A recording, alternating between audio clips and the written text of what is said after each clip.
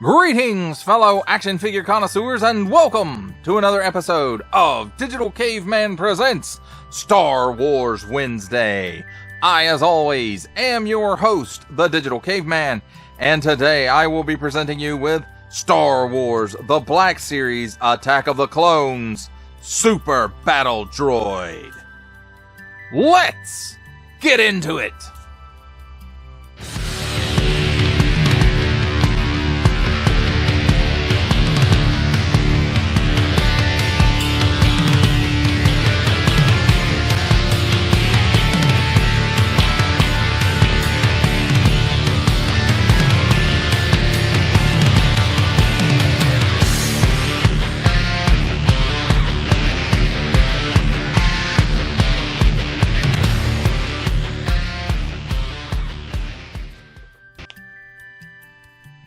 Let's start things off with a look at the packaging, and here on the top we have some tape, a hook, and a little sliver of a window to light some light in from the top.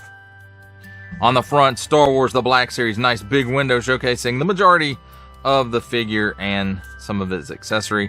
Star Wars Attack of the Clones Super Battle Droid assortment number. Warning! Don't stick things in your pie hole that do not belong there. 4-and-up Hasbro print. On the bottom, small print, fine print, legalese print, main China print, symbols I'm not going to learn, and a barcode. On this side, nothing up on the top till you get right here. There's a stripe angling upwards at an angle that continues around from the front and does continue around to the back. And then under that, Star Wars The Black Series. On this side, some nice artwork of the Super Battle Droid. And Super Battle Droid is what it says right down there. Finally, on the back, we've got a close-up, or more of a close-up, of that artwork from the side. Star Wars The Black Series Super Battle Droid. Stronger and more advanced than the standard mechanical soldier, Super Battle Droids run tirelessly and fearlessly into battle, reducing their targets to smoldering ruins with their cannon fire. And there it is again in some other languages I do not read. He's 06 in the Attack of the Clones subline. Attention, don't stick things in your French pie hole that do not belong there. Includes figure and accessory. Warning, attention, Octoon, don't stick things in any language pie hole that do not belong there. Don't give it to babies, small fine, legalese, made in China print, Disney print, and Hasbro print. That, my friends, completes our look at the packaging.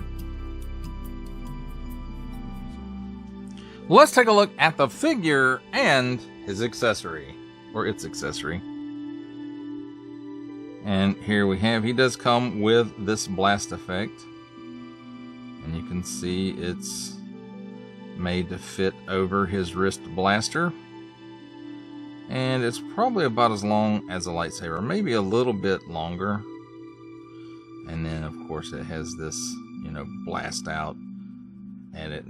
I'm wondering if you could actually use this as a lightsaber hilt or a lightsaber blade. Put it on a hilt. That might be kind of hard. And it'd be, I don't know if a lot of you remember when the episode 2, or when the 3 3/4 figures for episode 2 came out, back in the day. And they kind of had these flourishes at the base of the blade, similar to this, but maybe not as spread out. Maybe they went up a little more than that. But just to stylize them just a little bit. And not just episode 2 stuff, but all the other 3 3/4 figures that they were doing for Star Wars at the time also had those bits of flourishes for the lightsaber, some of which the blades were removable and some of which were not. So let's take a look at this figure quickly. And I know some people have already taken a look at this mold, and probably this figure in particular, because it came out first in a 2-pack of some kind. I don't remember which one it was, but because it wasn't in the standard colors, I passed on it. And also I think the pack-in, or that which it was packed in with, I didn't really care for, but I don't remember exactly what it was. Apparently it was not something that I needed or felt I needed at the time. So Got some paint up here. It looks like there's actually a lot of paint on the upper torso. It looks like a paint app here, and all of this gunmetal type looks like a paint app. It's very sparkly, so that may be the case, and even all the way around the back. This area, not so much. This looks like it's molded in this color plastic, as well as the crotch, and then the legs looks like they have some paint apps on them here, and the legs don't quite match up with this, so I'm guessing that the legs are molded in this color, which makes sense. And it's got a little bit of a paint app right here around the knees, and that's on the inside and the outside. Might be a little bit of a wash in this gear looking mechanism there. As far as the arms go, looks like there's some paint apps in here, and this looks like a paint app, and maybe this right behind the gun, it looks like a paint app, and maybe a little bit around the elbows. Paint wise, not really much going on the inside. Maybe this is a paint app, it's hard to say. And then we also got, looks like a paint app right here, and maybe around there, but that's separate pieces, so probably not. So actually, I like this mold. It's really cool, and I think size wise, which we'll see when we get to the comparison, I think it's the appropriate size for this scale. And then he's got a little paint app right there that I missed earlier. Well, let's talk about his articulation. Of course, at the head here, with everything on, there's not much to speak of. Looks like there might be a paint app right here for an eye, but that could just be shadows. So really, at this point, there's nothing articulation wise in the head or neck. At the shoulder, rotates 360 degrees.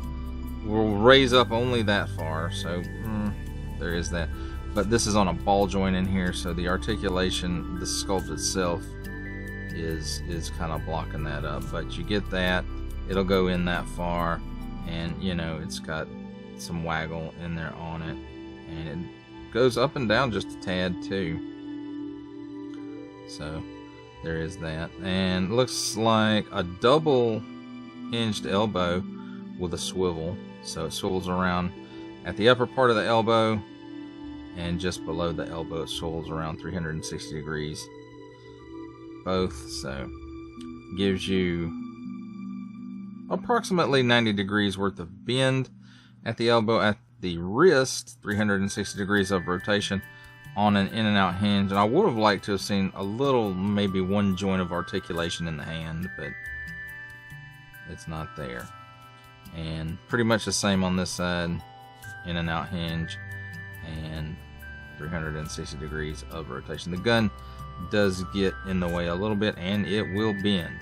So there's a cut here where the upper and lower torso meet, and it's on a ball joint, but it doesn't have a wide range of motion there, so get a little bit of hula. He can lean left and right a little bit, back barely, forward barely, and it will not, well, maybe if you force it, yeah, if you force it, it will give you a full 360 degrees worth of rotation. Now at the hips, it's pretty much the same deal going on with the shoulders on those ball joints, and the articulation being hindered somewhat by the mold or the choice of articulation method. So he can give you that much of the splits, so you know, I mean, that's not bad, it's not great. So he can kick forward that far, but the leg does swing out a little bit when you do that. There is it burn lower? No. Single hinge and swivel at the knee, and it does not swivel 360 degrees. I'm sure you could probably make it, but I don't feel good doing that. So you get that much swivel, call it waggle, and then at the knee it bends better than 90 degrees. Pretty good bit better than 90 degrees. So that's not bad. At the ankle, it tilts down that far, so that's great. Tilts up that far, and that's pretty good as well. And then forward-facing pin for rocker. Now, another feature of this figure, if I can remember how to do it, is this armor comes off, so I think you have to pull the head cover off first. And I'm not going to be able to do it on camera, am I? And then this chest piece pops off. And so there's the chest piece that pops off.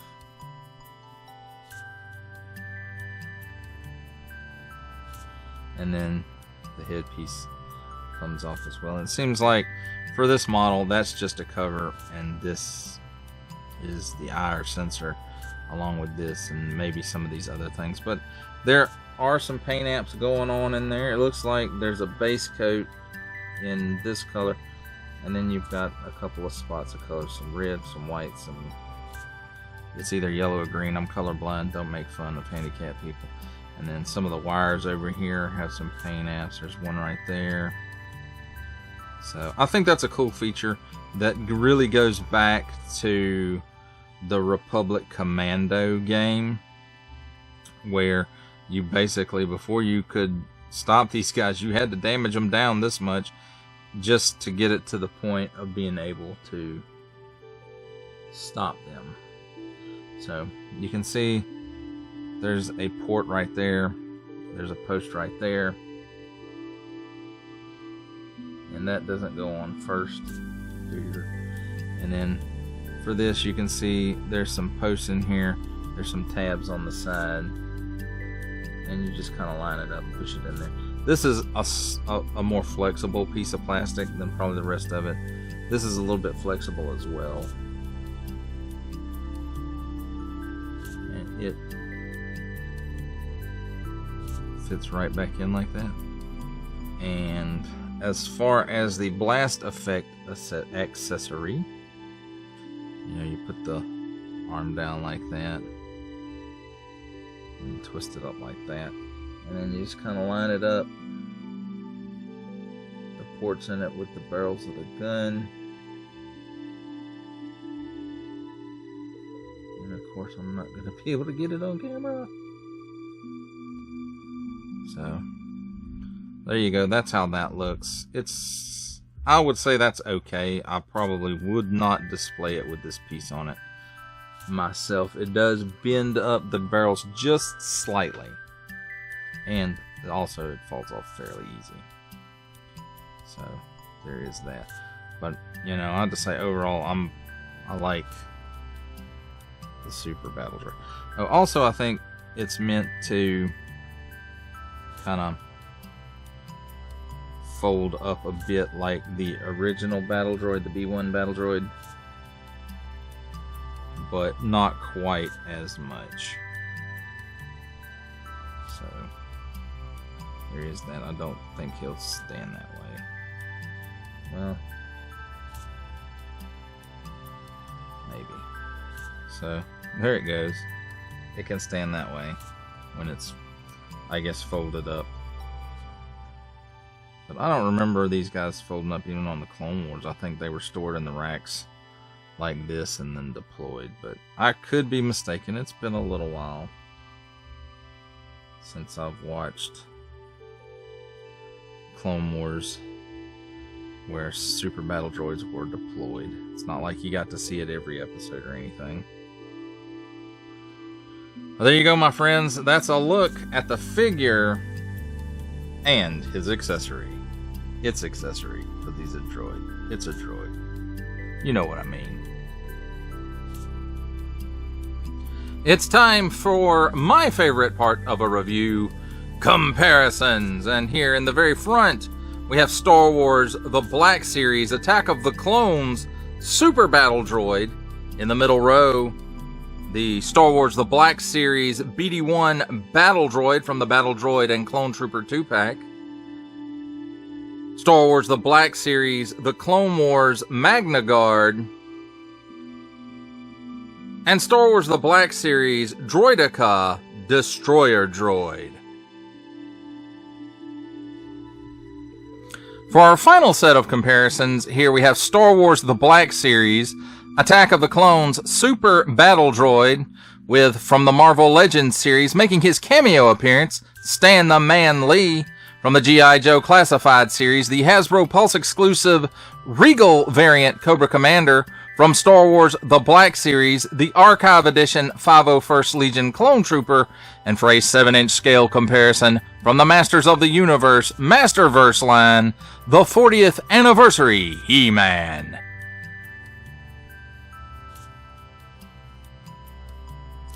For final thoughts on Star Wars The Black Series, Episode 2, Attack of the Clones, Super Battle Droid, I have to say, overall, I really like this figure. It's been a long time coming, and I suppose that I'm glad they waited long enough to get the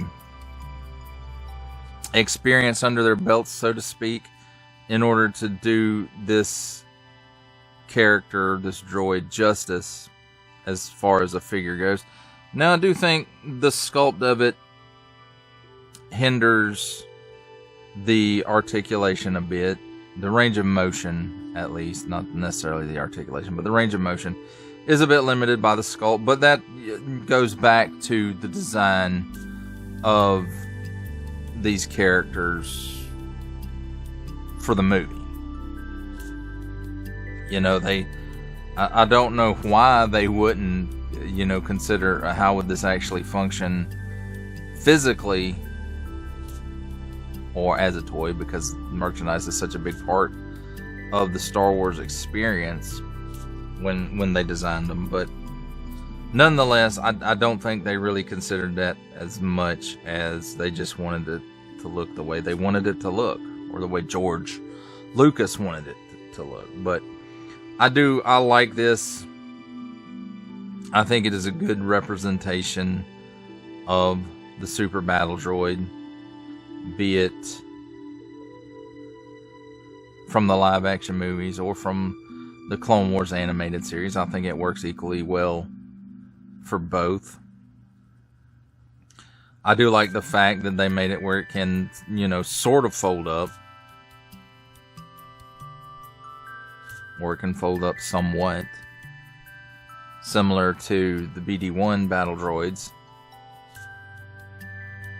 But I like the sculpt on this one.